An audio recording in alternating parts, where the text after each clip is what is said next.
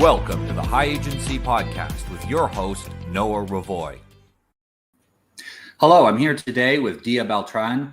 She's from Australia and she has an interesting story to share with us. So Dia was very concerned about what was going on in her country of Australia, and she went to look for people who had or proposed to have solutions to Australia's problems. And she met an interesting cast of characters along the way. She met some interesting people, both on the right and on the left, and had some very exciting and sometimes kind of disturbing experiences with what she saw. We're going to discuss this today. Thank you for joining us, the lovely Dia Beltran. Thank you very much for being with us today. Thanks for having me. It's always good to be here. I think this is going to be interesting. We're going to discuss something that I haven't heard anyone else discussing. I think I came up with it while I was talking to you about what you'd gone through, is the dysfunctional right. And what I've seen from this is that there's basically three parts of the right. There's no such a thing as far right. That's a journalistic doublespeak. Yeah. There's no such a thing as radicals and things like that on the right. What there is there's the functional right, which is, I think, the smallest group. Those are the people that are out there doing things and moving their ideas forward. There's the dysfunctional right. Those are people who are out there doing things that don't move them forward. They're not only dysfunctional politically, they're dysfunctional personally. And there's the ineffective right, which I think is the largest group. A lot of conservatives are like that. They've been unable to conserve anything, but they've been able to more or less manage their own lives. They're just ineffective at politics. Mm-hmm. And what I wanted to talk to you about is your experience. So maybe I'm just going to turn it over to you and let you tell me some of the story of what happened, how you got into this. Yeah. I think initially what happened was I was really bored with my life, and I knew that I had a higher calling. I knew that I felt passionate about particular issues. So I was always a very issue-based person, never particularly political, but very issue-based. And so I started making videos on YouTube when I saw that there was a movement happening, and I had like a cartoon face alias. So my YouTube channel initially started off as me as a cartoon and me just narrating things. But then I got more engagement when I physically was on camera.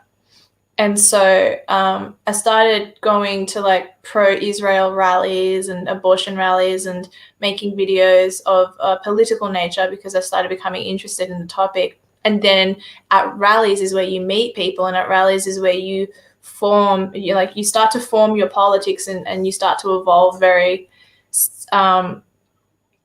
specific type of things. And so you meet different groups of people, and I was meeting different groups of people.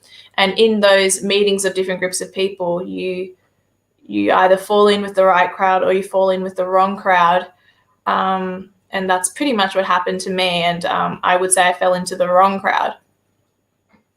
Yeah, and I think one of the things that I've seen, the differences between the different sides on the right, and by the way, I think the left has equally the same three groups, and they're very similar. The dysfunctional on both sides are very similar in how they actually operate, even if they believe very different things. But the thing I see about it is oftentimes the recognition of the problem is often across all of the groups. There's a huge difference in how they want to solve them. And a lot of people have been pulled into groups of dysfunctional left because dysfunctional right, because they say, hey, that someone's actually talking about the problem. And that gets them pulled in there. And then they want to then they get in there and they say, oh, well, your solution. Well, can you apply your solution? Yes or no. And that's when you start getting into the weeds, is whether the solutions that a group has are actually applicable. Both the left and the right have identified corruption in big business as a problem. This is an example. And I'm not talking about the fake corporate right that is our left, that is on TV and controls the news media, but actual grassroots leftists. They often recognize that there are a certain set of problems with, political corruption and all of this, the same as the right. They just have very different problems, or very different solutions, to those problems. What was it for you that attracted you over to interviewing and spending time? Like you interviewed everybody, left, right, centrists. everything. Yeah. What was it that attracted you so that you ended up spending more time with what the news media calls far right, or what I call the dysfunctional right? They gave me more of their time. They gave me more attention.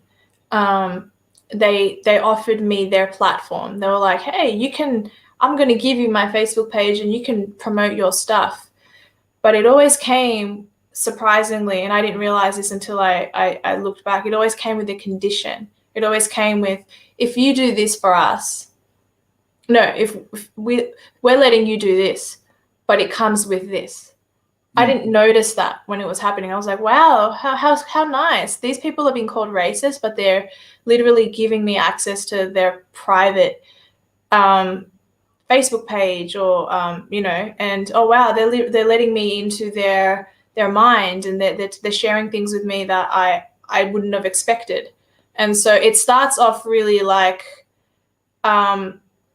where you're not technically one of us, but we're going to give you this exclusive sort of thing, and then eventually it elevates and becomes something very different that you don't see coming, because it happens slowly in bits and pieces. Yeah. So you've talked to me before about what happened once you were doing the interviews, things were going along, and they were giving you this support, and then all of a sudden things changed. And what was it that changed the support they were giving you? Because they were super positive on Dia Beltran for a while, and then all of a sudden they changed over to being very negative. What was it that caused that change, and what did they do about that? Well, I think it was my involvement. I started to involve myself more and more, and they started to involve themselves more and more, to the point where they would start dictating to me what I was allowed to do and what the rules were. You never punch right. Don't ever punch right. Never talk to a leftist. Things that they themselves have done but are imposing on me as a rule. And so when I start to break those rules, I'm a traitor. When I start to push the boundaries, I've done the wrong thing. Or when I don't let them come on my show, I'm a bitch. But yeah, this is why I talk about the similarities between the dysfunctional right and the dysfunctional left. They have that exact same set of rules. And it means it creates separation between the groups in such a way that there can never be cooperation. The reason that the broader right in general is disorganized is because you have these discrete groups that will all virtue signal to each other. Yeah. Someone virtue signals about how they're not racist. Someone else virtue signals about how they are. And you have this, like, everybody trying to make it their way or no way. And so there's very little cooperation. Whereas on the left, they're like, oh, you're a pedophile? Oh, I don't really care. And they do the opposite of virtue signaling, in some ways, where they just say, oh, I don't care what, as long as you're relatively more or less on my side. And the only time they get into that virtue signaling is when they actually win power. They start infighting, which is why we see some infighting at the moment in the US. But in general, there's very little cooperation on the right, exactly for that reason. Everybody wants to be a little dictator. And not everybody, but in the dysfunctional part, they want to be dictators. And that doesn't work. It's dysfunctional. You're a human being with your own ideas, and that, when they brought you in, would have made sense for them to evaluate you and say, she's got her own ideas, she's going to say what she says. And what they did is they felt, I think the way you described it is like they thought they bought your loyalty.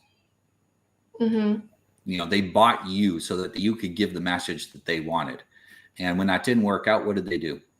Well, I can give you a tiny example. I liked a leftist page on Facebook, and the reaction of them, yeah, the reaction was to block me and to unfriend me, or to block me for a little while, to teach me a lesson, so that they would be like, so just so you know, I did block you for the last 5 weeks, but it was just so you would understand that you can't do that. You cannot, that's essentially you condoning them. You can't like their Facebook pages. You can't talk to a leftist. Yet they had done that themselves, and I never played those games. I never played the game of, well, I'm now going to block you. I did block some of these individuals later on because I was like, well, I can't deal with this drama, so it's better I just not deal with them at all. But then I stupidly decided to forgive them. But so to answer your question, everything came with a price, everything came with a condition, and I wasn't obedient enough for them, and so it was always higher. It was always like, oh, now I'm going to be pissed off at you because you said this. And, oh, now I'm going to be pissed off at you because, like, it was always me who was wrong. I was always wronging them. Things that I would have never thought of. It was very much, and it felt like high school. I felt like I was with my girlfriends and that I had pissed them off. And, like, because I remember going to high school one day and my friend, Crystal, had ignored me that morning. And that used to happen a lot where she would just randomly start ignoring me. And I'm like, what did I do? She goes, oh, you don't remember what you did to me yesterday? And it became that way with these guys. It's like, don't you remember what you said? You said this, or you told someone that about a personal thing that I said. And it's like, well, I didn't know that was a personal story. I'm a bit retarded that way. Like, if someone doesn't explain to me specifically that this is not to be shared, I'll think it's okay to share it. So it needs to be stated, oh, please don't tell anyone this. And even then, maybe I made the mistake and sometimes I was told, but then I would be punished for things that basically my crimes didn't match their reactions. They went like it was a dog pile. It just didn't make sense. And I always just forgave them and moved on. I never wanted any harm to come to them. But it seemed like they wanted harm to come to me. That's how it felt. And I just kept forgiving it. Yeah, one of the commenters called it it's hyper-vigilance and an over-application of basic loyalty tests. Yes, of course, if you have a group, you want to have a good way to put it. Loyalty, but it's that they take what is a healthy amount of skepticism and then they push it way, way too far. And then again, as mentioned here, they're responding to a reality that's not real. They're responding to an internet reality and taking it too far. And that ends up, making them very ineffective at actually accomplishing their goals. Do you think that the people that the news media calls far right, or what I'm calling the dysfunctional right, do you think that those, because they're not really far, they're just dysfunctional. Do you think they actually pose any danger to society? No, they just want to be heard. And so every time the media does these pieces on them, they're getting exactly what they want. You're actually elevating something and making it seem like they're dangerous. They're not dangerous. I'm not going to say that there aren't lone wolves out there who can't do harm. Of course there are. And of course their ideas oftentimes can be considered extreme. Sure, like if you want to think that, go ahead. But they're just thoughts. It's if they put them into action and they actually somehow manage to kill a Jew or behead a Latino or use a noose on a black person, then yeah, okay, we have a problem. But how often has that happened in the last 40 years? I don't think almost all lone wolves have been leftists, and it doesn't matter what country. No, and I'm aware of that. Yeah, I mean, aside from those who have been involved in religious terrorism, all the political terrorism pretty much has come from the left. I'm aware of that. Despite all of this, I know you are. This is more for the audience. Sorry, I didn't mean that rudely. Yeah. It's okay. Despite the screaming about political terrorism on the right, that's more of a cover than anything. And when you have a group of dysfunctional young men, and I've met a lot of these men. They have a lot of potential, but they're unable to get traction with that potential for a whole host of reasons. When you isolate them, you end up pushing them together and making them more and more angry. And actually, you do make them more dangerous by doing that.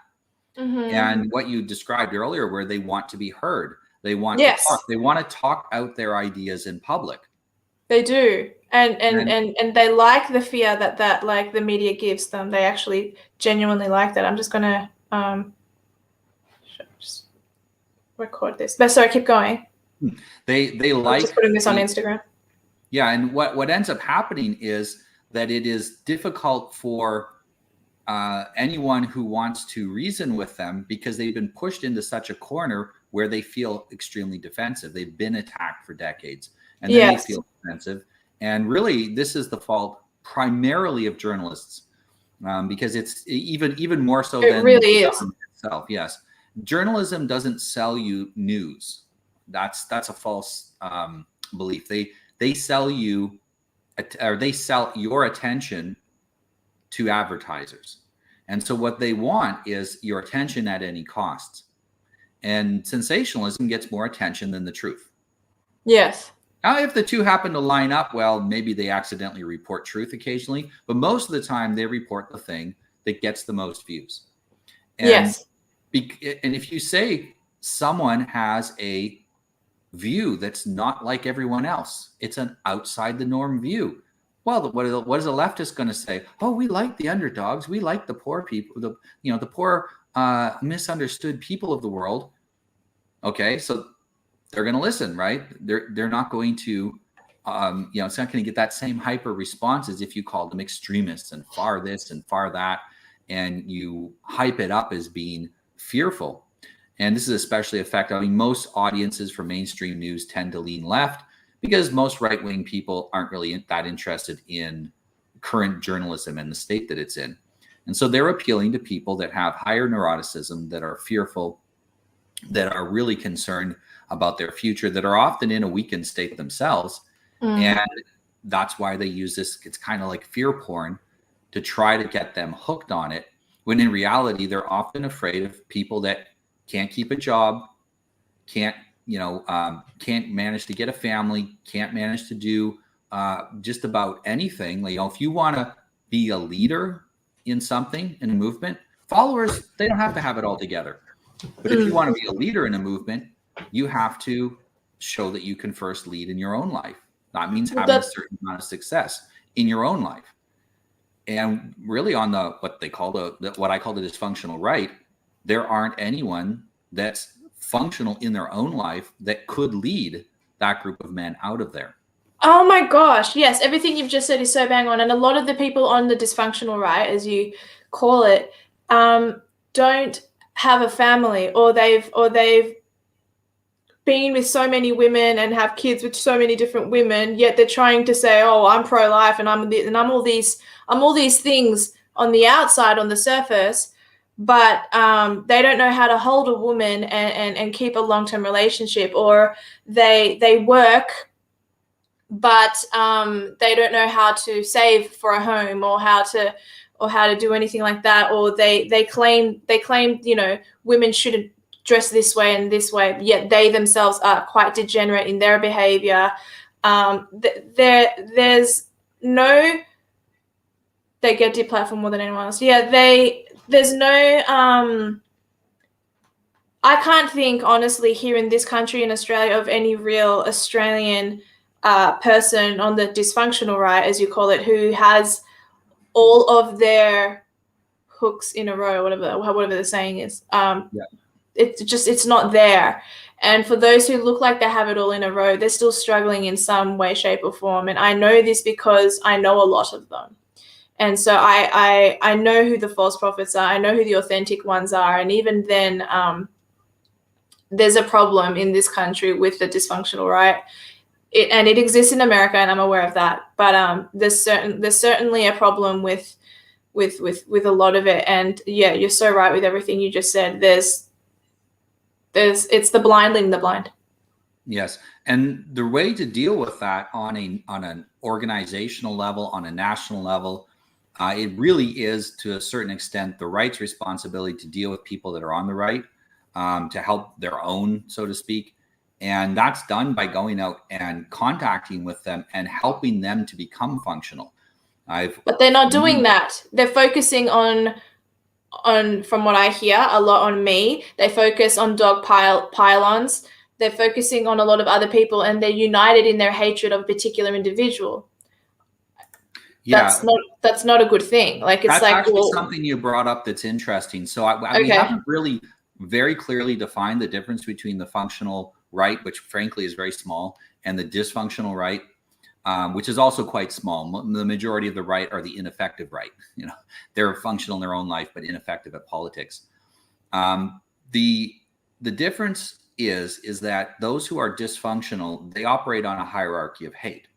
So they, hate Jews, hate blacks, hate immigrants, hate whatever it happens to be. I'll go all the way down, And those who are on the right who are functional, they go on a love-based hierarchy. And usually it's not always, but if they're religious, it's love God, love their family, should be love themselves, should be somewhere up in the high part too. And it goes all the way down, all the people they love. And their decisions are based on that hierarchy. It's a hierarchy of priorities for them. Now, if your hierarchy is based on hate, what do you want to do when you hate something? You want to destroy it, right? So they're focused on destruction. They're focused on undermining. And we see this very clearly on the left, where the dysfunctional left, because they're willing to cooperate with each other, is much more effective. But they're only good at destroying and undermining. Yes, And I've experienced it from the left. Exactly. Well, those who are dysfunctional on the right, same thing. They can also destroy and they can undermine. Experienced it. Yeah, and there is some need sometimes in society for a bit of creative destruction, but that is not how you accomplish your goals in the long term. No, but one of these individuals would say to you, Noah, that I deserved it because of whatever it is, and which is why I know you, and I know that you are a man of logic and objectivity, and that you don't. They often use the term simp. Oh my gosh, these people are simps, and I knew that's why I added you to that group chat, because I didn't want you to do or say anything. I just wanted you to see it for what it was, and you did. And I would rather take the word of someone who does this professionally, that, somehow I am a manipulative, evil whore. And I knew that you could see what they were. That's the undermining. Right? Instead of building something else, they spend time undermining people they don't like. And you've got on their naughty list, so they spend time undermining you. Someone here, Pete, makes a really interesting point about a lot of those in the middle, such as CivNats. I would call that the ineffective right. I was about to say that is the ineffective right. That is technically still the right. Yeah. Yeah, they're technically on the right. Maybe they got their own life together, but they're completely ineffective at cooperating with each other, and therefore they will never get political power. They would have to stop being ineffective in order to get political power, and that starts with cooperation. The left cooperates because they think like a herd. They think like one big massive group, and fear is a huge tool to increase cooperation on the left. Whereas on the right, there's a lot less fear. Right is more disgust driven than fear driven, and disgust and love driven. So the disgust, what I want to stay away from, they don't necessarily hate things they disgust. There's a very big difference in there. It's like, I just don't want that around me. It's not that you hate it. So these different drivers between the different groups, you end up with very different results.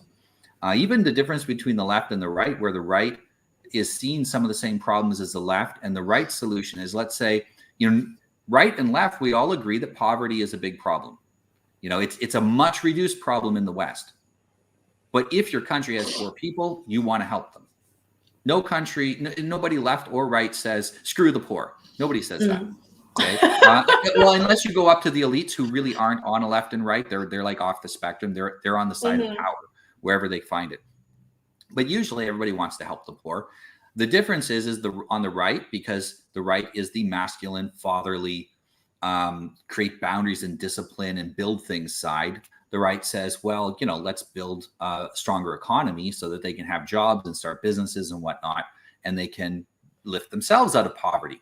It would be insulting for me to just give them money and then I treat them like children. No, I want them to grow up and be able to take care of themselves. Whereas the left is more like the, doting mother side. Infantilizing. Just give them money, poor guys. Oh, maybe they need a food kitchen and they need stamps and they need this and they need the other thing. Because all they think about is consumption. Whereas the right tends to think more about solving their problems through creation. But on both sides, the dysfunctional ones, they leave that.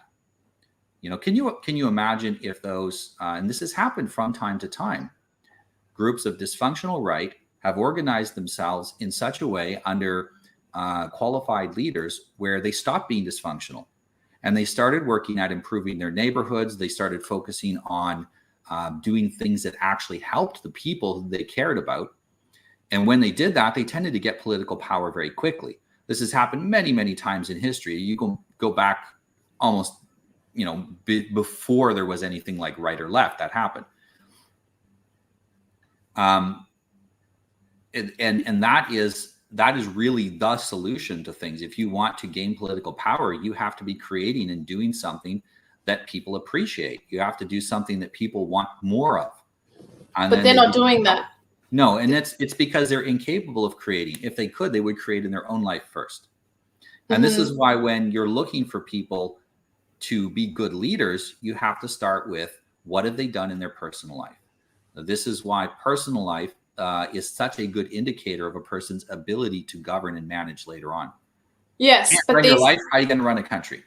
These people are driven in their own personal lives either by exhibitionism and muscles, or stunts and fake Christianity, or literally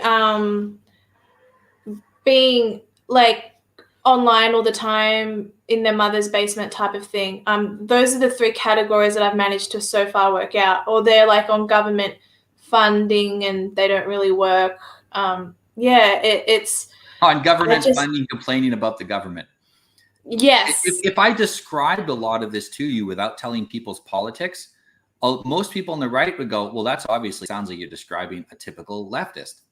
Because the mode of operation is similar. They have similar dysfunctional personalities. They're just dealing with it in very different ways because other parts of their personality are different. And the reality is when I'm talking about this, I'm not talking about this to tear them down or to hurt them or even to complain about them. What I'm saying is that the way we're dealing with them and as a society is very counterproductive. The way I've always addressed it is to go and speak with them and to offer them a path out of dysfunction individually. Help them individually to get success in their own lives, to leave that dysfunctional state, and to be, they're mostly men, so to become functional men in society. They're gammas as well. They're gammas. And so they need coaching from someone like yourself. They need, first of all, to be able to acknowledge to themselves that they're not in their best position. But they would take my saying this and you saying this, regardless of the fact that I'm not trying to jab at anyone or stab at anyone. I haven't mentioned any names because I believe myself to. Well, there's no point, and I'm an honorable person. I would only mention names if it somehow helped a situation, but it doesn't do anything for me to say anything. But I think these individuals, one, need Christ, two, need drive, but they don't have much to live for. There's nothing that they're really working toward, and so they're bored and they're tired, and so they can complain from a computer and every now and then do something, make themselves feel good, and then go back to doing the same thing again. It's an issue of you were saying they need Christ. What they need is they need opportunities to connect with men who are successful so that they can learn from these men. Society, there's no education program that turns you into a man through you read a book and now you're a man, or you go to a class and then you become a man. You have to learn that from other men. Men build men. And by isolating these men from general society and by pushing them and attacking them when they've been constantly attacked by the news media, by the left, they're getting pushed into a corner. They are then denied that opportunity to be around successful men who are, somewhat politically aligned with them, in order to have similar values. They've denied that opportunity, and therefore they don't have a path forward to success. And when you cut a person's path to success off, especially young men, now you can radicalize them. Now they can become dangerous. And that's exactly what happens. And they do radicalize each other. I've been around it. When I say been around it, I don't mean I've literally been in there when it's happening, but I've certainly observed it from a third party perspective. And they have their group meetings and they all meet up and they're all encouraging each other. And that's the thing I don't mind. Like, it's good to encourage each other. But again, if it's the blind leading the blind and the people who are leading the others are in the same boat, or they're still living at home with their parents and they're not really working, what does it really accomplish then? Because you monkey see, monkey do, right? Yeah. So if you what would your advice be to young men and women who who are either part of the dysfunctional right or have a sympathy with them, might end up there if they continue on that course? How do you think that they should behave? What should they do to get help or to avoid ending up dysfunctional themselves? Yeah, I think my story, which I think could be utilized as a cautionary tale, is to basically always keep people you're not sure about at arm's length, because you may think you're being nice and kind and helpful by sort of giving in to their demands, but it's actually manipulation and bullying what they're doing. And I would say that any group, even if it's a good party, like, I don't know, the Liberals are not a good party in Australia, but what I mean is they're not known for being bullies, and they treat each other, I think, okay. Just generally speaking, always keep anything that is deemed in the category of political at arm's length. Observe it, be Keep a friendly. separation between your political and private life. Yes, absolutely. And always keep it at arm's length. Like, be polite, but if someone makes a demand on you, don't give in. Like, don't go, oh, okay, maybe this once, because then that'll lead to doing that more and more times, and then you'll end up in a situation that you didn't expect, and it'll be in the newspapers, and it's not good for you. Well, and we have to understand too that the news will give no consideration to the actual facts or what really happened. They'll, with whatever photo they can take, they'll concoct the story that gets the most attention. Absolutely. And usually that's a story that's harmful to pretty much everyone that's involved. Yeah. And my advice to mature men, and I would say men over the age of 30, you're in this position if you actually have grown up by then, is the way that you can help in this situation is to reach out to men who are dysfunctional on the right, and go reach out to them with love and concern and care. And really, it's up to men to be helping men. It's not really up to young ladies like Dia to go out and save these guys. You went out there to find out what was going on with them, but you didn't have a responsibility to pull them out of where they were and help them. That's the job of other mature men in the community and in society. It didn't even work. Well, you couldn't. It wasn't possible for you to do that. It wasn't your responsibility either. Go, if you're a man, go out. If you're a mature man, go out and approach these guys with love and start mentoring them if they'll let you. A lot of them have been really hurt by society. And if you go there challenging them, they're going to fight back. They're in pain. They've been wounded. They need our love and concern and attention. And that's really the only way to heal this problem and to heal this divide. And if the right was to operate more and more based on love for each other rather than defensiveness and virtue signaling and manipulation, manipulation, and let me protect my little area, don't step on my spot, I'm protecting my little turf here, then we would find a lot more cooperation, which would lead to bigger networks, which would lead to more power, and would lead to power being wielded in a way which was not just effective in the short term, but was also palatable and acceptable in the long term to the rest of the country. You can't lead a group of people who are completely against you. They will undermine what you're doing. And we've seen that in society over and over. It doesn't matter how far right or left your government is. If the majority of people don't match up with those ideas, it'll get undermined until it collapses. Was there anything else that you wanted to share with us about this, Dia? Just the fact that I find that what happens is, in these scenarios, they band together knowing that they're supporting a lie if it means destroying or attempting to destroying or canceling someone. And the funny thing is that they themselves claim to be against disavowals. Don't ever disavow anyone that's so gay. They say those things, yet that's exactly what they do. They did. That's exactly what they do. The Proud Boys did it. A whole entire group of them did it, and it's like, what was my crime exactly? Maybe saying something I shouldn't have said, or according to your particular goalpost that keeps moving. So I think it's important for people to know that they may come, for some people, for others that they're fully aware, they may come off as a completely honorable, but Pylon's creating fake outrage. Yeah, that's exactly what happened, and he obviously knows.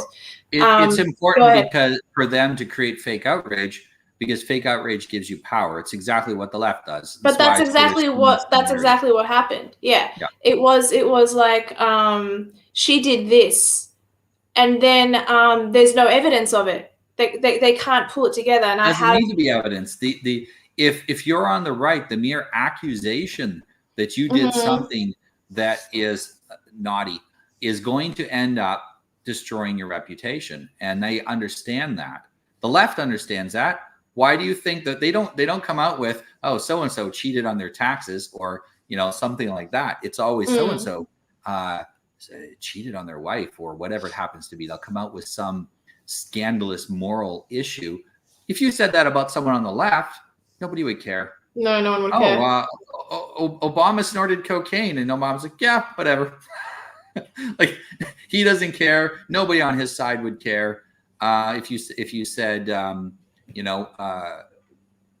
Bush was an alcoholic, it was a big deal, even though he was no longer an alcoholic when he was president. And and this is not an endorsement of any of these characters by mentioning their names. It's just to show the different ways that people treat it. And this creation of fake outrage, the pylons, all of that, what it is it's when people are giving you attention, Dia, what's happening is they're giving you their power. It's not. But I'm the one that they're consumed with. So don't I have exactly?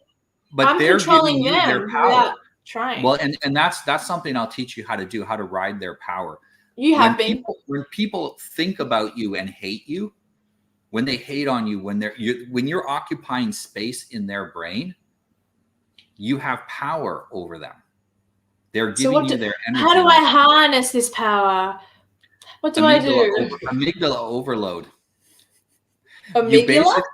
Amygdala overload. Amygdala controls your fight, flight, or fear response, basically. So what you do is you overload them. They're outraged by something you did. Do it harder, whatever it is, or pretend, or tease them about it, and don't allow their attack on you. And it doesn't matter if it's coming from the right or the left. Don't allow their attack on you to visibly have any negative effect on you. Laugh about it. I'm still here, and exactly. My audience has grown. And you're interviewing a lot of interesting people. I recommend looking down in the description of this video. There will be a link to Dia's YouTube channel. If you can't find it for some reason, search Dia Beltran. You'll find it in YouTube. You've been doing some really interesting interviews with different people on the left, on the right. Honestly, a lot of the people that you interview couldn't stand to be in the same room with each other. And I think that's really interesting, because there's not many people who are not professional journalists with their own TV station behind them who are interviewing people from such a wide range. And that's actually a big part of solving these problems. People will talk about, we have to reduce division. And what they mean is agree with me so we no longer have division. What we have to do is figure out how to have divergent ideas and disagree with each other, but not be infringing each other's right. The thing is, infringing on each other's sovereignty. That's correct. But I would be, on the dysfunctional right, I would be disparaged for interviewing people on the left.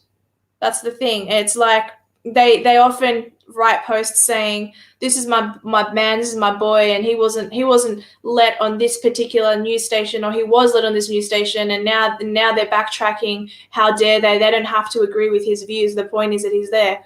But then when I do it, then I interview a homosexual, or I interview a transgendered person, or I interview a leftist or an Antifa person, I've done something wrong. And they don't see that what they've done is literally exactly what the left does. They won't apply that to me or themselves. And how do you explain that? How do you explain that cognitive dissonance there? Is this is partially the way. So one of the factors that is generally consistent on people on the right is that they have a very high disgust response. So they find they don't see it on themselves, however. Well, yeah, that's why they're dysfunctional. But they have a very high disgust response, and if that doesn't come with a high level of conscientiousness, and you have high disgust, high disagreeableness, and lower conscientiousness, which is lower conscientiousness is synonymous with dysfunctional. So if you have low conscientiousness and those other things, you're not going to understand or be able to moderate your disgust response. And it is essential for us to talk to people we disagree with that are, I mean, technically our enemies in the culture war and whatnot. We have to talk to these people and be civil with them and understand their side. The left is an expert at doing this. They come onto the right. They won't do this on TV, of course, but actual leftist operatives will come in and understand what the right is doing in order to dismantle it. The right seems to have no interest in understanding the other side so that they can dismantle the other side. You know, they're literally going blind into the culture war. And this leaves them at a huge disadvantage. Your willingness to talk to everyone, to expose everyone's ideas to the public and let these things get air is incredibly important for actually understanding what's going on and to get a resolution. There's no long, like, permanent resolution to culture war. It's an ongoing thing since the beginning of humanity. But one side is operating blind and the other side understands the need for reconnaissance. Sure. So I think it's not something you should worry too much about what they think. And if you are out there and because you're not the only one that's done this, there's been a few in the last, I'd say 2 years or so that have said, look, I'm out of the politics thing. I'll kind of comment on it, but I don't support anybody, basically. And I yeah. Lauren Southern kind of did that. There's been a few others as well that said, like, I'm out of the system. Ashton, Birdie, Whitty.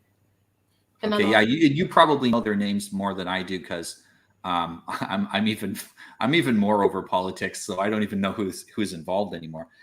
And I think that really is the way forward, is that connecting back with principles and stop identifying as I'm this political group, I'm that political group. That only allows. I haven't done that in so long. I'm so proud of myself. That just allows you to be labeled, and once you can be labeled, you can be categorized, and once you can be categorized, you can be enslaved. And your group, your mission can be co-opted by others and used against you. And so while you maintain a focus on principles instead of political labels, you make yourself immune to that. You know, this is why that hierarchy of love that I mentioned earlier, that most people on the right and even the functional ones on the left, they tend to have that as well. You know, the poor, the weak, the oppressed, you know, theirs is a little different than ours. But that hierarchy of love makes you operate based on principles. Love is a principle, because you don't love people for no reason. You love them because, as Stefan Molyneux says, you love people because they're virtuous. At least that's what you should be loving people based on, is because they're virtuous. I love people because I'm a Christian and I'm told to love my neighbor and love my enemies. And so these people who made themselves my enemies, I never invited that scenario in, at least not intentionally. I still love them. I still pray for them. I don't hate them. They hate me. I don't hate them. And even then, the love that's described in the Bible, the agape love that we're supposed to have for our enemies, it's a principled love. It's a love based on principles. It's not an affection like they're our friend. Okay, it's not that kind of love. They're not our friend. They're not our family. They're not our lover. Those are the other three types of love. It's the principled love that we're to have. This is another human being, and I will treat them with respect. And that is a big part of Western culture. We always had rules, even in war. That's our enemy. We're going to go kill him. but we're not going to disrespect him when we do it. I And gotcha. this is a huge part of Western culture that actually was existing before the Bible brought that out for in Christianity, because it goes back before Christianity, where we had a principled view towards other people, that even if we engaged in war with them, even if we had to fight them physically, we would still give them that respect. And I think that those who continue to do that are going to continue to have an advantage. We have to understand we can't expect that in return. And those who don't give it to us in return, okay, we have to treat them reciprocally. But generally, if there was a lot more care and attention and love being traded between those on the right, especially, but even if you're on the left and you want to make peace with those on the right, don't approach them with hate, approach them with love. And we're going to have to win back trust with each other. You know, we've lost our high trust society. We didn't always have it. We created it. We're going to have to recreate a high trust society. That requires a certain amount of openness in approaching people with love and care. That's true. Can I posit something? Yes. I was doing that. I thought when I was driving them around, when I was lending them money, when I was buying their beer, when I was buying their food, I thought I was showing them, look, I'm kind, I'm loyal, I love you in so many words with actions. But instead of returning that, I became their enemy. So how do you translate that? Okay, so first of all, like I mentioned before, it wasn't the job of a young lady to go out and reform these guys. Yeah, okay? Which is what I was trying to do. I was praying for them a lot. You weren't doing this out of bad intentions. You weren't the right person to do it. It's the job of mature men who can have very clear boundaries with these young guys. Because part of love is having strict boundaries. And what women and I let them shit on me, and I kept going back. Yeah, and so the boundary wasn't there. It wasn't set. Exactly. Women tend to try to get love through giving. So they give of themselves. Healthy women energy, time. Psychopathic women use manipulation and lies. That's a small portion of women. Most women, they try to get attention and they try to get love through giving. And men, they get attention and love through also partially through giving, through providing, but a lot of it is through setting boundaries and protecting.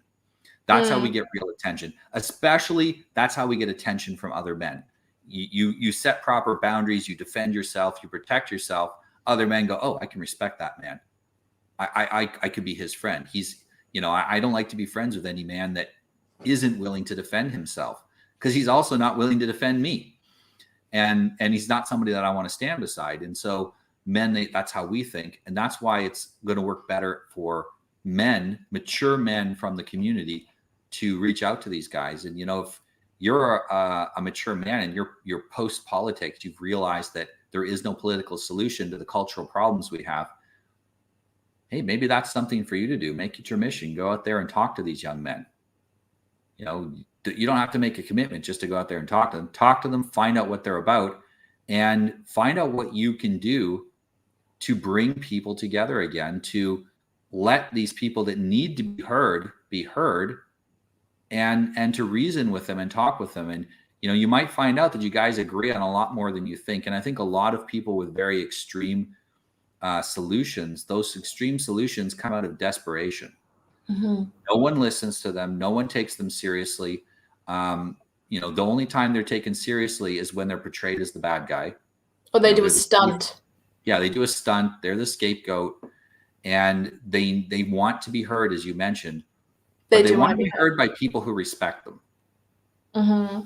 And it's just as much a fault of the left as it is a fault of the right that those on the dysfunctional right are there. The right has really not reached out to them as well. It's very rare that mainstream people on the right reach out to people that are on the fringes and try to work with them and bring them in.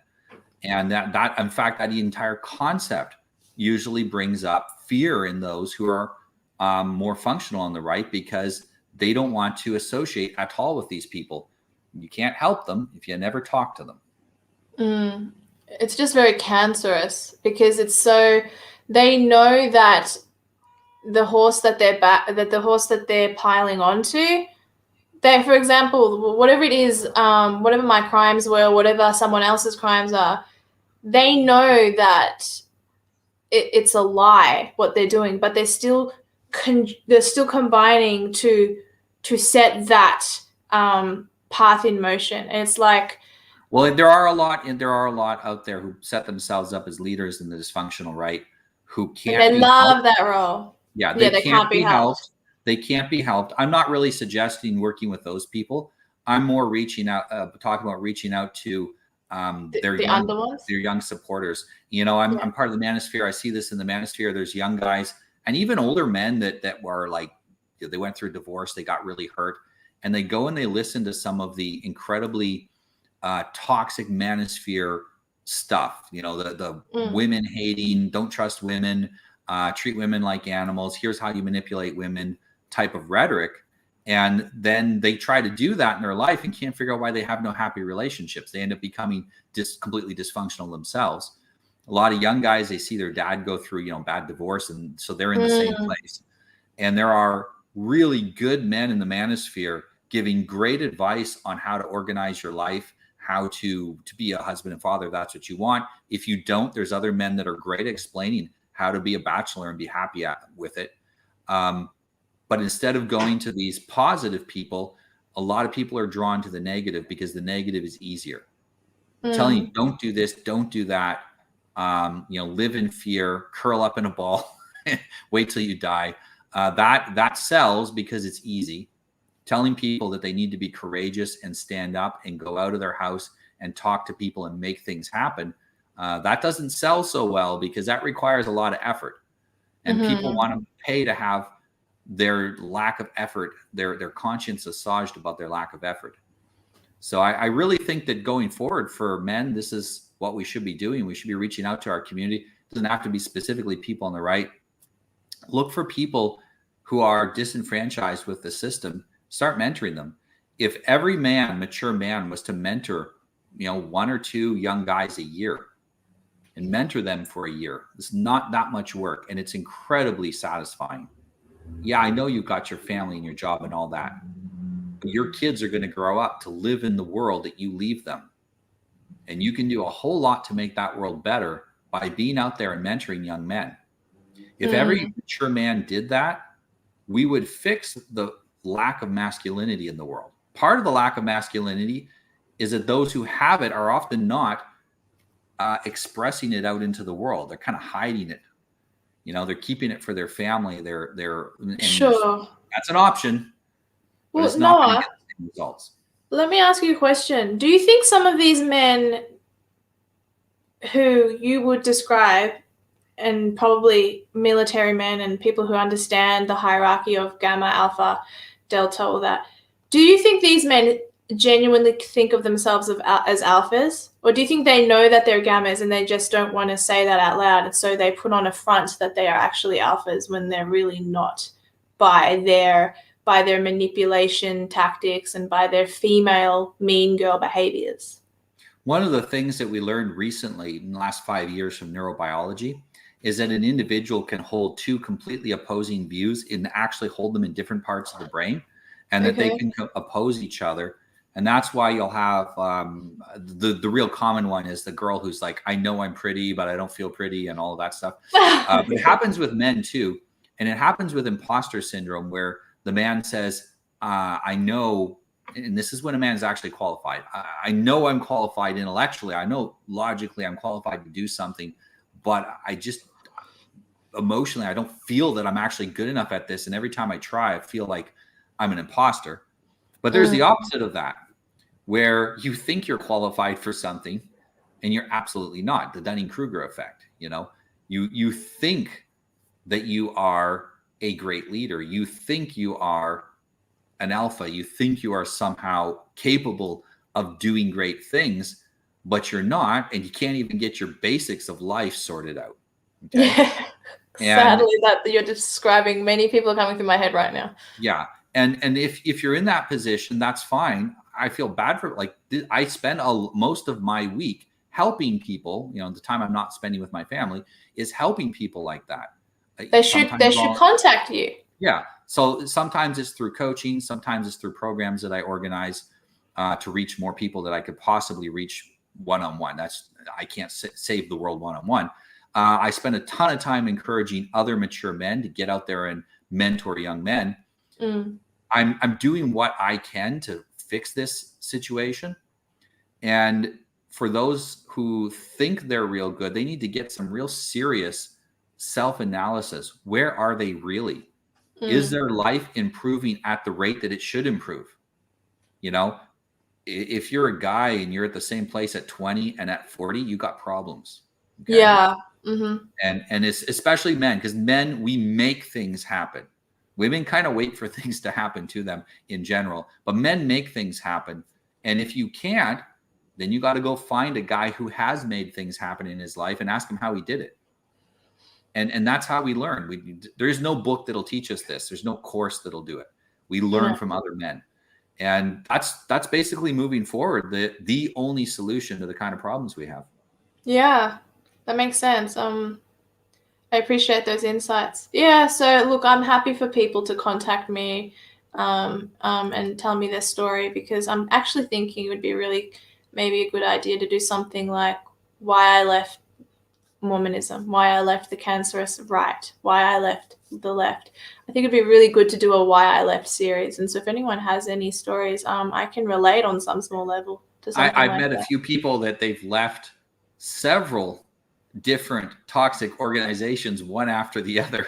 Yeah, And I think after it's the a fourth whole... or fifth, yeah, there's something about them that they get drawn into those organizations. And then at some point they kind of figure out what they were doing wrong, and they learn how to avoid it. But yeah, if you're stuck in a situation like that, reach out for help. And if you have managed to help yourself, talk to Dia, because even if you don't end up doing some sort of an interview, that allows Dia to gather information about how people sorted out their life, how they figured this out, how they escaped these groups. And that can be very useful in helping other people. Thank you very much for joining me today, Dia. It's been wonderful to see you. It's been a great interview. And actually, I think we covered some really important topics. And thank you for those who commented, and also especially for those that I had to ban. Really? Yeah. Your I didn't know that. Well, it's your fan club showed up. I didn't even notice. Yeah. No, I don't think you can see it live, but I have like a little area here where I can see what people are commenting in. That's so funny. So they literally just asserted exactly what we were saying. Yes. They illustrated your points. It is kind of hilarious. And the reality is they have that much energy to follow you around. If they put that energy into their life, they'd be getting a lot farther ahead. But this is why we say dysfunctional right. It's fine. It's fine. I clearly control them. Hey guys. You're the puppet master. Make them comment now. Let's see them do it. Yeah. No. I think I banned them all. They can't comment. Yeah. That's so funny. Well, if you're on the right, if you're on the left, if you're politically unaffiliated as I am, because I'm post politics and don't believe that there is a solution that can be achieved through politics at the moment, talk to me if you feel that you would like to either help others who are dysfunctional, and I can get you set up on the right road to being able to do that. Yes, you can. Or if you are somewhat dysfunctional, and frankly, this is the last 100 years have been 100 years of dysfunction society-wide in the West. And many of us have some level of dysfunction. I did in the past. I had to work my stuff out. And when I did it, I took a lot of notes and I figured out how I solved my problems, and I can help you with the same thing. In fact, I wrote a book here, How to Reprogram Your Life. It's all about changing how you view the world and how you control your own thoughts and emotions, and turning yourself into the person that you want to be, rather than a kind of victim of circumstances. And I teach a course that is based on that book. And we teach people to turn them from sometimes from dysfunctional to functional, and sometimes from ordinary level of functional to super functional. The principles that are in there allow you to go to the next step wherever you happen to be. Thank you for joining us, Dia. It's been great talking with you, and we'll have to have you on another time. My pleasure. Take care. Bye. See you later. Thank you for watching our video, and I hope it inspired you to take action in your life. Please subscribe to our channel and like this video to get more agency building content. The real secret sauce is in our newsletter. Click on the link in the video description below to sign up. I promise I won't flood your inbox, and anything that we do send you will be of high value.